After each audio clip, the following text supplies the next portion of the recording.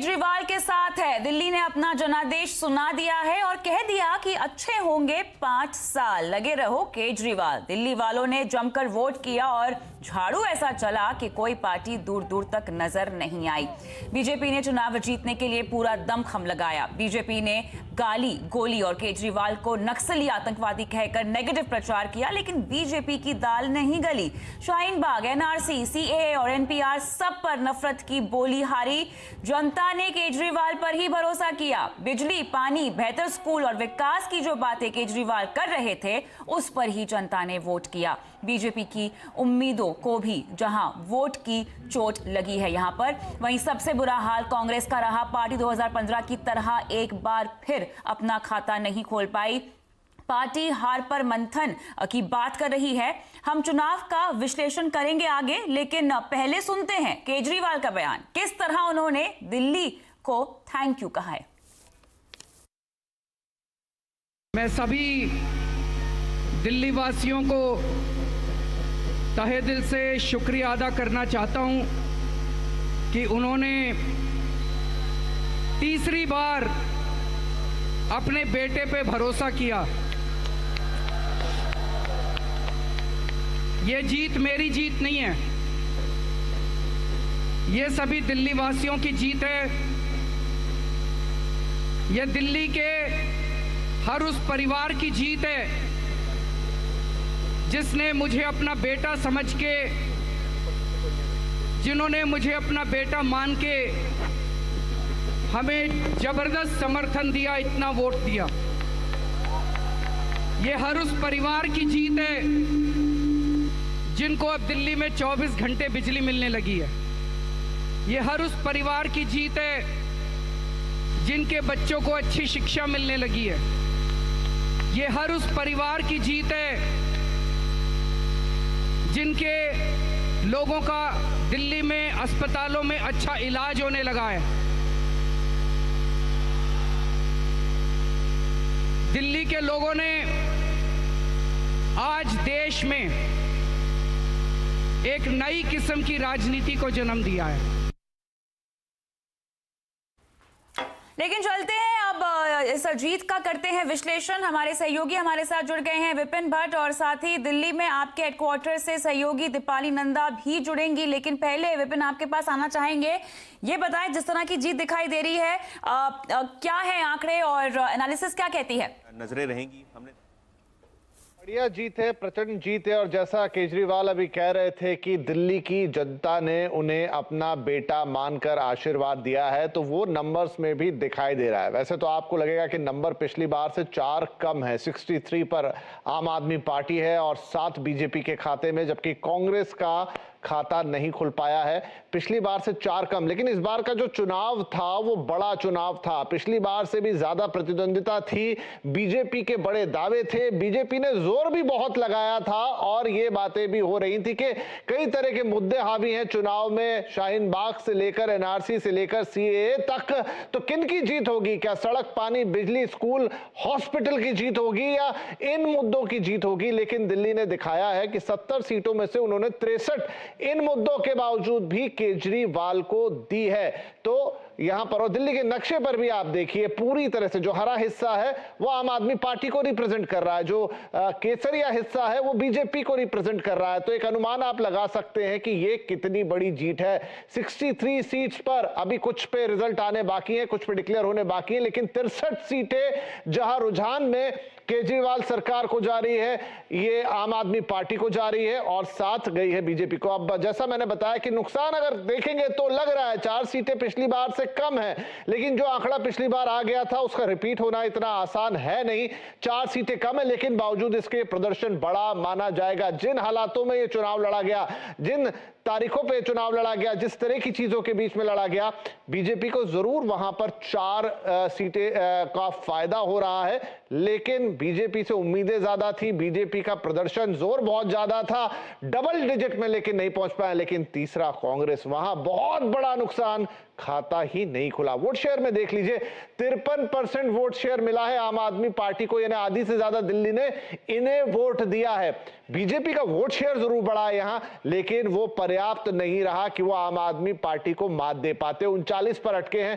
कांग्रेस का, जैसा हमने कहा कि खाता ही नहीं खुल पाया, 4% वोट इन्हें आया है। और ये शायद ये जो 4% है, ये एक थोड़ा खेल भी कर गया यहां पर, जो बीजेपी और आम आदमी पार्टी के जिन कैंडिडेट्स के बीच में बहुत क्लोज मुकाबला था और जहां कांग्रेस का भी कैंडिडेट था, वहां शायद इस 4% ने अपना रोल प्ले किया है। तो ये जरूर इनका रोल रहा, लेकिन खुद का कोई भी विजेता नहीं लेके आ पाया। बड़े लोग जिन्होंने चुनाव जीत लिया है, तो अरविंद केजरीवाल, आम आदमी पार्टी के मुखिया, दिल्ली के मुख्यमंत्री जीत गए हैं अपनी नई दिल्ली सीट से, बड़े बहुमत के साथ इनकी जीत हुई है। इसके अलावा बड़े और दिग्गज भी, लेकिन मॉडल टाउन से बीजेपी के जो बड़े प्रत्याशी कपिल मिश्रा, बड़े बोल इनके थे चुनाव कैंपेन के दौरान, बड़ी बड़ी बातें आई थी, बड़े बड़े बयान आए थे, लेकिन उन्हें हार का सामना करना पड़ा है।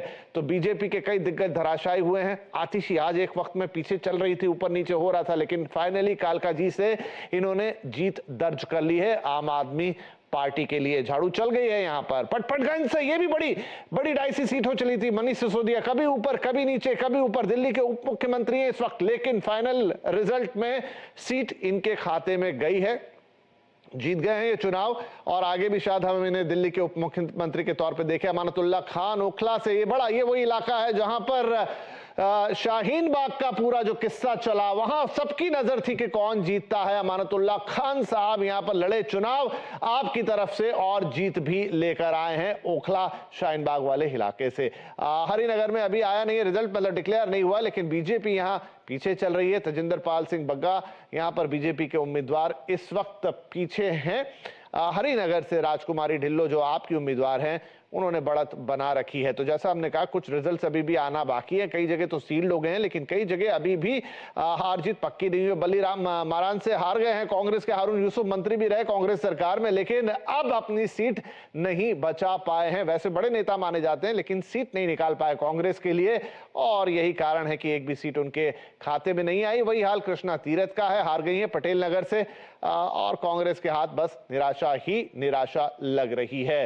मालवीय नगर से सोमनाथ भारती आगे हैं आपके प्रत्याशी, और अभी जैसा हमने कहा कि कुछ रुझान है, कुछ सीटें डिक्लेयर्ड है, लेकिन 63 आंकड़ा है, 1-2 ऊपर नीचे जा सकता है। राजेंद्र नगर से राघव चड्ढा आपके नेता जीत चुके हैं, लेकिन ज्यादा अंतर आएगा नहीं।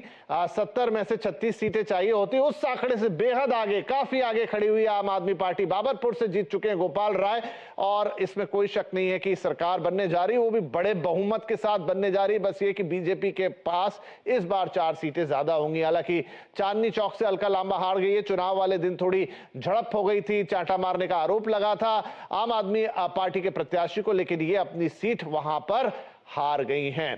तो यहां पर यही बड़ी पिक्चर है। आम आदमी पार्टी 63, बीजेपी 7, कांग्रेस का खाता नहीं खुला, और लगता नहीं है इस पिक्चर में कोई और बड़ा बदलाव होगा। लगभग यही नंबर हमें सेटल होते हुए दिखाई देंगे। बिल्कुल, तो दिल्ली का भरोसा एक बार फिर से केजरीवाल पर। शुक्रिया विपिन इस पूरे विश्लेषण के लिए। लेकिन दिल्ली के डिप्टी सीएम मनीष सिसोदिया ने जीत पर खुशी जताते हुए कहा है कि दिल्ली की जनता ने काम के नाम पर वोट किया है और नफरत की राजनीति को हराया है।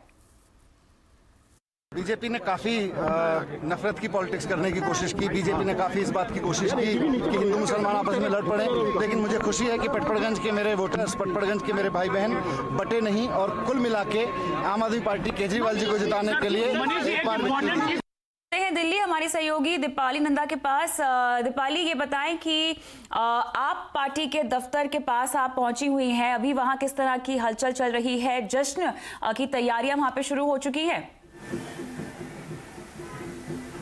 देखिए, सुबह 8 बजे मैं यहाँ पर पहुँची थी कविता, और तब से लेकर अब तक जो जश्न का सिलसिला है वो खत्म नहीं हो रहा है, और होना भी नहीं चाहिए, क्योंकि एक बार फिर से भारी बहुमत के साथ आम आदमी पार्टी की जीत हुई है। अरविंद केजरीवाल केजरीवाल दिल्ली के मुख्यमंत्री बनने जा रहे हैं। यहाँ पर आप देख सकते हैं सड़क के उस पार की अगर मैं आपको तस्वीर हम दिखा सके तो यहाँ पर जो कार्यकर्ता है उनमें काफ़ी ज़्यादा जोश है, काफ़ी ज़्यादा उत्साह है। और अब थोड़ी देर पहले जब अरविंद केजरीवाल इन सबके सामने आए थे तो उन्होंने अपनी जीत का श्रेय भी इन्हीं कार्यकर्ताओं को दिया था। उन्होंने काफ़ी कनेक्टिंग जेस्चर, उन्होंने दिल्ली वालों को आई लव यू कर अपनी जो पूरा बधाई है वो दी। और एक बात उन्होंने साफ की कि जो चुनाव लड़ा गया था, जो आम आदमी पार्टी का स्लोगन था कि काम पर वोट दे, तो काम पर वोट दिया गया और काम की ही यहाँ पर जीत हुई है।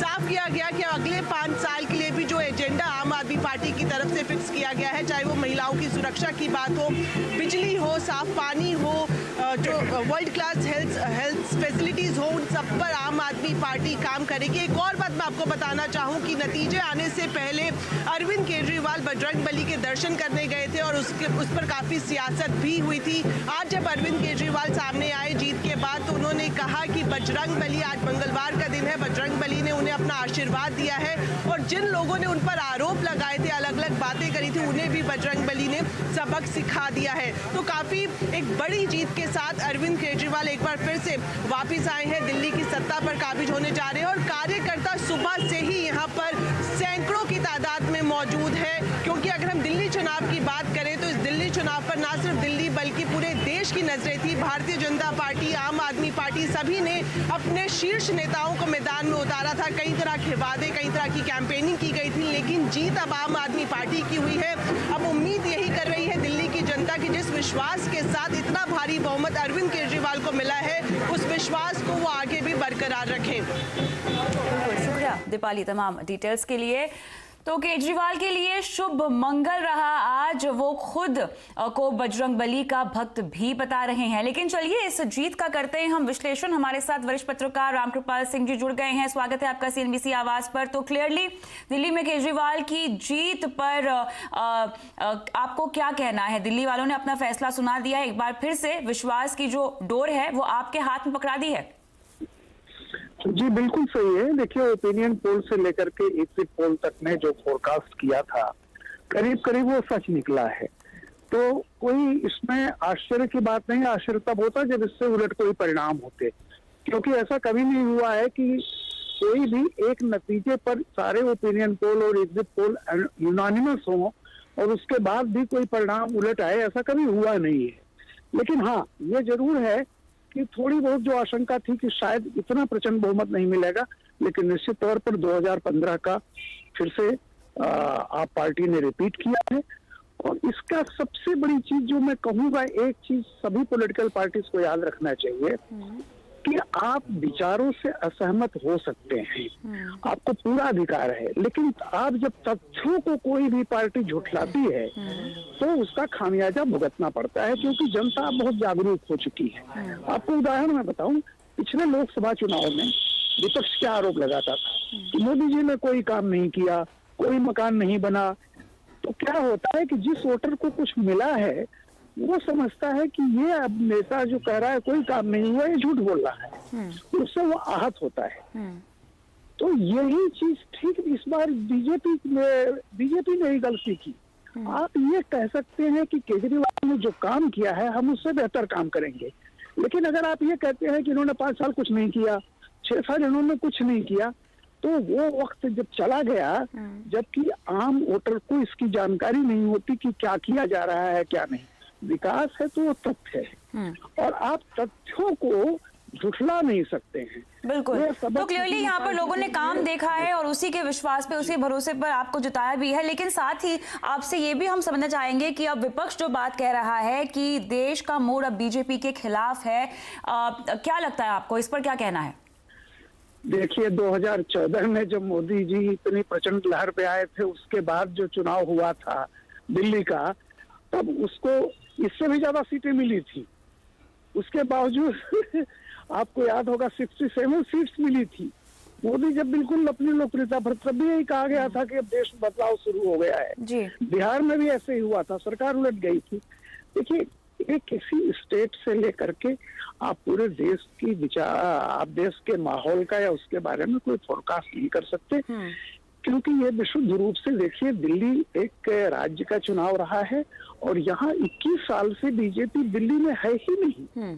आप ये समझिए, तो इसलिए बीजेपी के खिलाफ कोई एंटी इनकम्बेंसी होना ऐसा नहीं है। बिल्कुल बिल्कुल। ये कोई भाजपा विरोधी वोट नहीं है।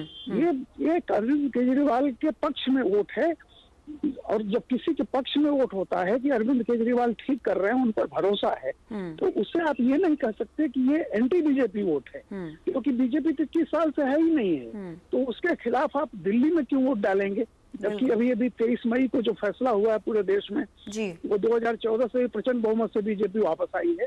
तो देखिए, ये ठीक है, आज वो जीते हैं, उनको निश्चित रूप से बधाई। क्लियरली केजरीवाल की जीत कहेंगे इसको, उनके काम की और उनके विश्वास की जीत हम ये कह सकते हैं। शुक्रिया समय निकालकर हमसे बात करने के लिए रामकृपाल जी। लेकिन इसी नोट पे हमें रुकना होगा एक छोटे से ब्रेक के लिए। ब्रेक के उस पार खबरों का सिलसिला जारी है। आवाज समाचार में बने रहे हमारे साथ।